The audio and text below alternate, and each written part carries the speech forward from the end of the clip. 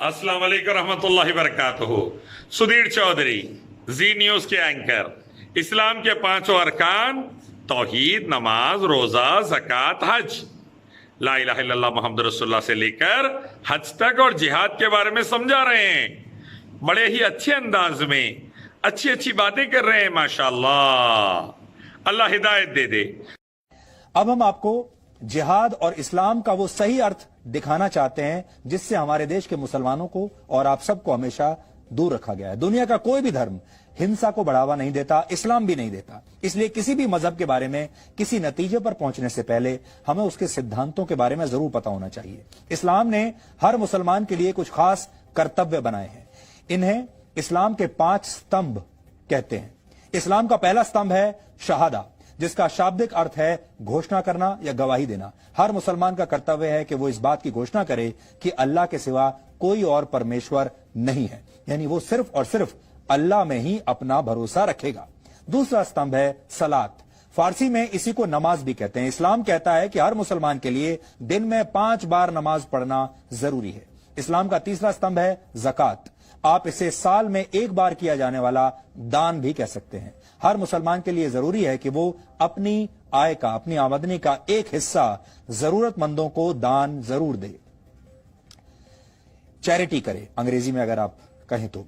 इस्लाम का चौथा स्तंभ है सौम। इसे रोजा रखना भी कहते हैं। इस्लाम में कहा गया है कि रमजान के महीने में हर मुसलमान के लिए रोजा यानी व्रत रखना जरूरी है। हिंदू उसे व्रत कहते हैं और इस्लाम में उसे रोजा कहा जाता है। और आप लोगों को पता भी होगा इस समय रमजान का ही पवित्र महीना चल रहा है। इसी तरह हज को इस्लाम का 5वां स्तंभ माना जाता है। हर मुसलमान का यह कर्तव्य है कि अगर वो मक्का जाने का खर्च उठा सकता है तो जीवन में कम से कम 1 बार उसे हज जरूर जाना चाहिए। यह तो ही इस्लाम के 5 स्तंभों की बात। जिहाद को इस्लाम का 6ठा स्तंभ माना जाता है। जिहाद का शाब्दिक अर्थ है पवित्र युद्ध, लेकिन जिहाद की परिभाषा को हमेशा गलत तरीके से पेश किया गया है। इस पवित्र युद्ध को धर्म युद्ध बताकर दुनिया भर में इसका गलत इस्तेमाल होता है। आतंकवादी हिंसा और दहशत फैलाते हैं और खुद को जिहादी कहते हैं। कट्टरता को जिहाद बताकर कट्टरपंथी अपने काम को सही ठहराते हैं। आज हम आपको ये बताने वाले हैं कि कौन से काम जिहाद की श्रेणी में नहीं आते। आप इन्हें नोट कर लीजिए ताकि जिहाद के मामलों में आपके तर्क मजबूत बन सके। अगर किसी के ऊपर इस्लाम कबूल करने के लिए जबरदस्ती की जाए तो इसे जिहाद नहीं कहा जा सकता। अगर किसी देश या क्षेत्र पर कब्जा जमाने के लिए उस पर हमला किया जाता है तो इसे भी जिहाद नहीं कहेंगे। इसी तरह अगर आर्थिक फायदे के लिए किसी इलाके पर हमला किया जाता है तो यह जिहाद नहीं है। सिर्फ अपनी ताकत का प्रदर्शन करने के नाम पर, लीडर की ताकत का प्रदर्शन करने के नाम पर हिंसा को जिहाद नहीं कहा जा सकता।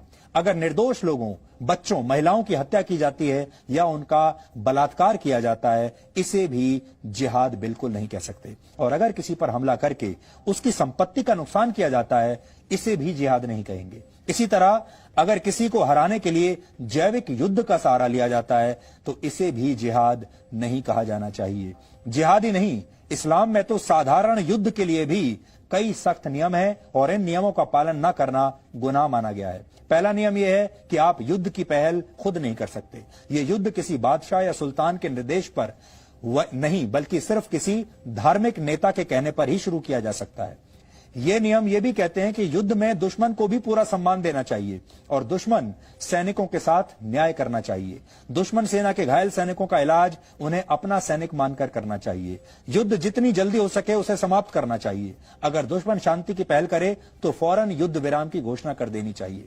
युद्ध के दौरान कुओं या पानी के स्रोतों में जहर डालना बिल्कुल प्रतिबंधित है। आधुनिक युद्ध की भाषा में कहें तो रासायनिक या जैविक हथियारों से हमला करना गुनाह माना गया है। जिहाद की परिभाषा को सदियों से हमेशा गलत तरीके से पेश किया जाता रहा है और इसी का नतीजा है कि हमारे देश में जिहाद पर बात करना आपके जेल जाने की गारंटी बन सकता है।